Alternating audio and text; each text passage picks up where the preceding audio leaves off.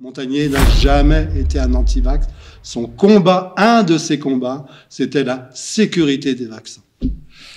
Donc, quelque part, un savant incompris qui décède donc la semaine dernière, le 8, vous m'avez personnellement appelé.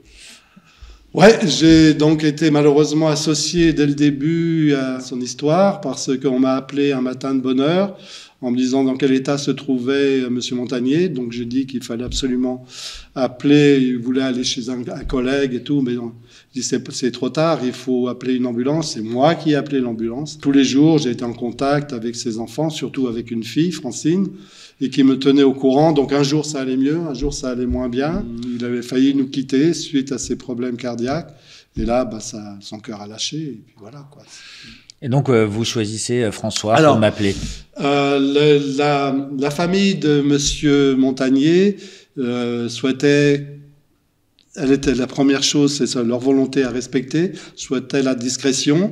À un moment donné, j'ai dit, on peut pas taire ça trop longtemps parce que ça va prêter à des interprétations. Donc j'ai dit, si vous êtes d'accord, dès que vous êtes d'accord, je préviens pas les médias, mais je préviens un média pour lequel j'ai le plus grande estime, et je sais que votre père avait la plus grande estime, la plus grande amitié, qui ont toujours défendu ses idées. Donc c'est François. C'est comme ça que je les ai appelés, et que je vous ai appris le décès de Montagnier. Par la suite, j'ai été appelé par d'autres médias. Il y a beaucoup d'entre eux, certains j'ai répondu, d'autres j'ai refusé de répondre. Tout simplement, il avait tellement traîné dans la boue, et ça continue après son décès, que je suis bien heureux de ne pas avoir répondu. 30 heures, il a fallu quelques 30 heures pour que certains confirment son décès, nous traînant nous-mêmes dans la boue en disant qu'on racontait fake news et compagnie. Fake news. Mais vous confirmez donc que vous n'avez bien appelé. D'ailleurs, je vous en remercie, et d'ailleurs toute l'équipe vous en remercie, puisque ici chez François, on a été un peu choqués de cette annonce et surtout du traitement. Alors je vais reprendre un mot à la mode, dû à notre président. Ça emmerde tellement les autres médias que ce soit vous qui avez été les annonceurs, les lanceurs d'alerte. Ah, ça, je pense que l'histoire finira par lui donner raison. Ça, c'est clair, c'est indiscutable. Je vais dire qu'il faut connaître le parcours de Montagnier, pas l'inventer. Il a été un des précurseurs pour travailler sur les virus ARN, sur les rétrovirus, sur les cancers déclenchés par des virus ARN. Et c'est comme ça qu'il a avancé, qu'il a découvert le virus du sida, qui lui a valu le prix Nobel qu'il a partagé avec Françoise Barré-Sinoussi. Mais par rapport au sida, il n'a pas fait que ça.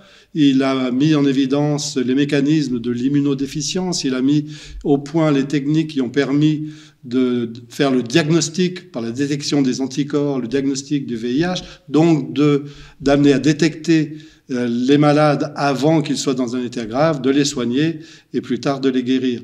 Donc ça a été une avancée majeure, parce que je suis désolé, mais le sida, c'est autre chose que le Covid dans l'histoire de l'humanité. Et c'est M. Montagnier qui est à l'origine de tout ça. Faut pas l'oublier. Je pense que là, les Français qui nous dirigent ont un peu la mémoire courte.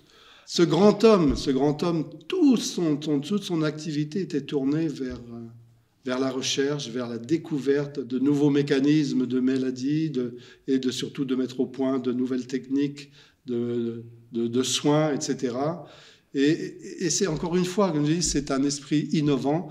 Il acceptait d'aller chercher là où personne n'imaginait mettre les pieds. Je vous rappelle quand même que quand il a découvert le sida, l'implication des ARN était impossible. Ça allait à l'encontre des dogmes médicaux. Et là aussi, quand il a fait ça, il a soulevé des tas de gens contre lui. Et à chaque fois qu'il a émis une hypothèse d'une nouvelle dans la genèse des maladies, à chaque fois, il s'est fait taper dessus. Je ne sais pas pourquoi.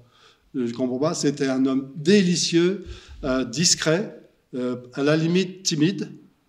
C'était pas un grand orateur, c'est vrai.